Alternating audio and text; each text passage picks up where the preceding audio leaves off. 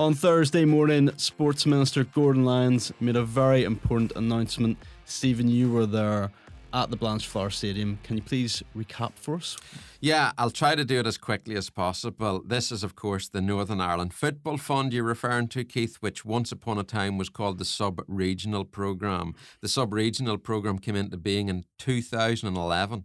That's 14 years ago. 14 years ago, folks, this has been going on. I've been writing about it for that length of time. I will guarantee you now, I'm not writing about it for another 14 years. I'll be retired by then if this is still going on then. But anyway, I want to say, first and foremost, well done to Gordon Lyons for getting us through to this phase, because for 14 years there's been absolutely nothing, and that has been a joke in my opinion. So we should congratulate the Sports Minister on getting us this far. You can criticise him and debate all you like about the rights and wrongs, about who got what, and I'm sure we will do that. But essentially, at his announcement, 20 clubs went through to the next phase. 18 missed out. So there are a number of clubs who are through in Tier 1, which will give them up to £1.5 million, 5 clubs. There are 13 clubs who will get between £1.5 million and £6 million, all being well. And there are 2 clubs who went through in the £6 million plus category. They were Cliftonville and Glentoran. No money has been released yet. Make that abundantly clear. No money has been released yet. There was £36.2 million ring-fenced back in the day, over a decade and a half ago. The projects that have been put through to the next phase, surprisingly, I would suggest, are they're looking for £82 million from the government. So there's a heck of a difference between 82 million and 36.2, and we will discuss that. And I suppose, as well as the headline makers, Cliftonville and Glentoran, going through to the next phase, there was controversy surrounding all of the clubs who didn't, namely these 6: Derry City, Crusaders, Portadown, Coleraine, and the 2 homeless clubs, Ards and Institute. All hell broke loose, and I suspect it will continue in such a form for some time to come. What's next for the 20 clubs that have been progressed to the second stage? Because they are by no means guaranteed a share of the money. Oh, well, this is very interesting. They have got to go through so much now to prove that they are worthy of public finance. And so they should. This is public money we're talking about. This is public money that could go to any other department in Stormont. You know, health is crying out for it, education is crying out for it, infrastructure, all of these places. So football has to prove that they are worthy. And there's a huge responsibility, Keith, on the 20 clubs now to prove that they deserve all of the money that could be coming their way. There's going to be due diligence tests. There's going to be financial, legal, feasibility checks. There's going to be a detailed look at their business cases. So by no means are these 20 clubs guaranteed the money. And I'm going to be honest here. I will be amazed if all 20 clubs get through what is coming their way. Amazed. In fact, I'll go as far to say that if all 20 get through, to quote Les Dennis from Family Fortunes, I'll give them the money myself.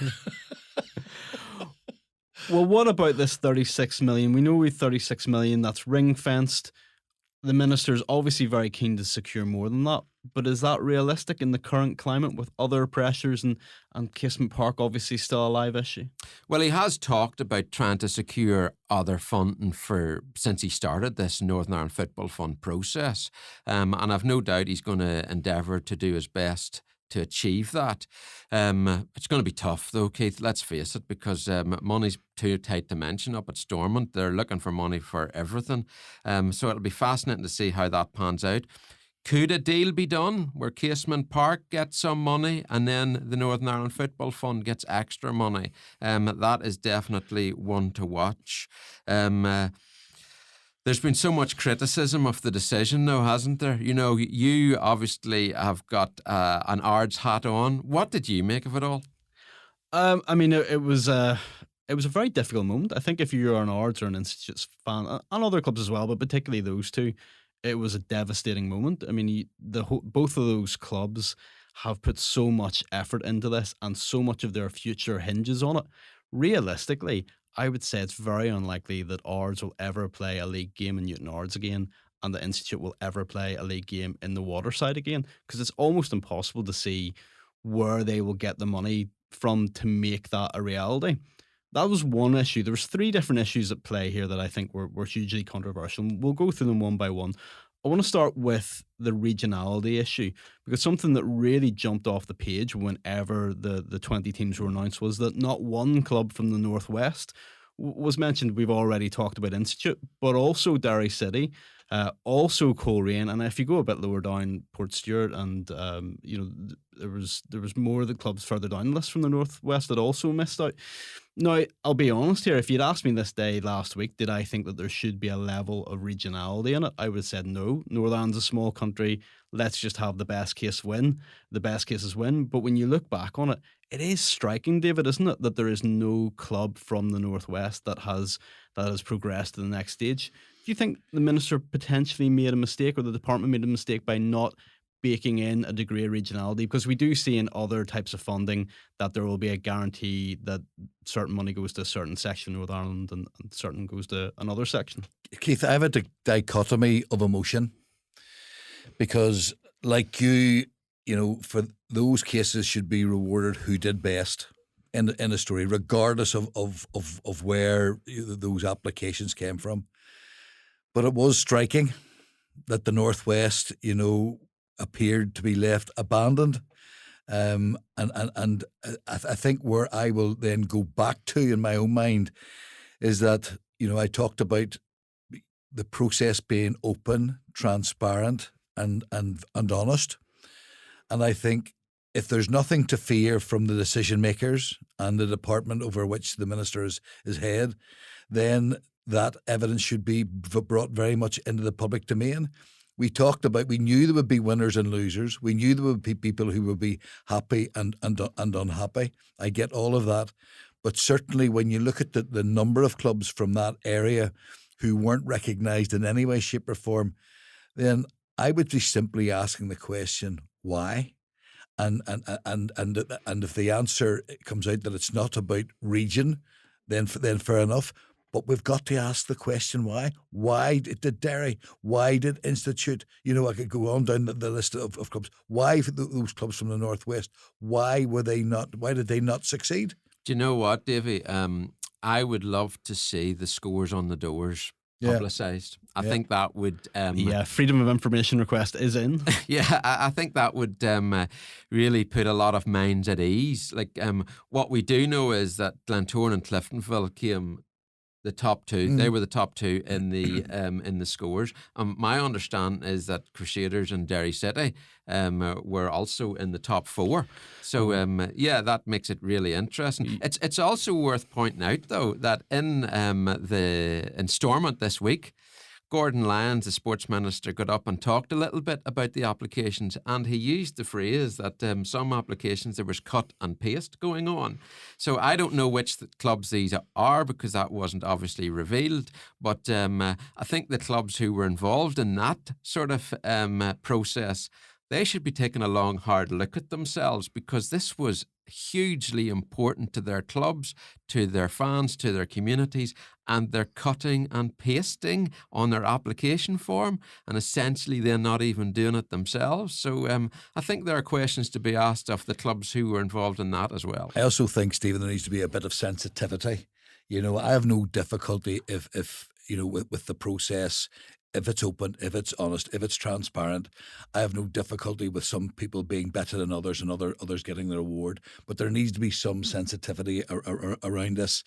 And, it was reported that Jared Lawler, who, I have an awful lot of time for and I praise continually in many ways, but he made a remark, with regards to Ards and compared and contrast with AC Milan and Inter Milan, ground sharing. How on earth could Bangor and Ards ground share? If they're really true to their community, and going down the line, Keith, and I'm genuinely saddened when you're saying that, Ards may not return. I made the case last week that Institute and Ards and the National Training Centre need to be seen as a separate funding issue. This is about capital funding. This is not about recurrent funding. Remember, the Minister talked about the treadmill of funding. So this funding is going to be going on. What we're talking about is 3 new builds. So there needs to be money made available. And as I say, there needs to be a degree of sensitivity and understanding of what this process has meant to people who have contributed so much and who ultimately failed. You've led me on to the second problem, which we've outlined, and that is we've mentioned already, and that's the homeless issue, which is Ards and Institute, 2 clubs who haven't had a ground for a long time, and they haven't been helped by this process. And I think they're 2 clubs that many expected to be helped by it. Now, let's put this into a little bit of context. Both Ards and Institute ended up in Tier 3, the most difficult section to get funding from, and that is because both of their projects ended up costing more than £6 million.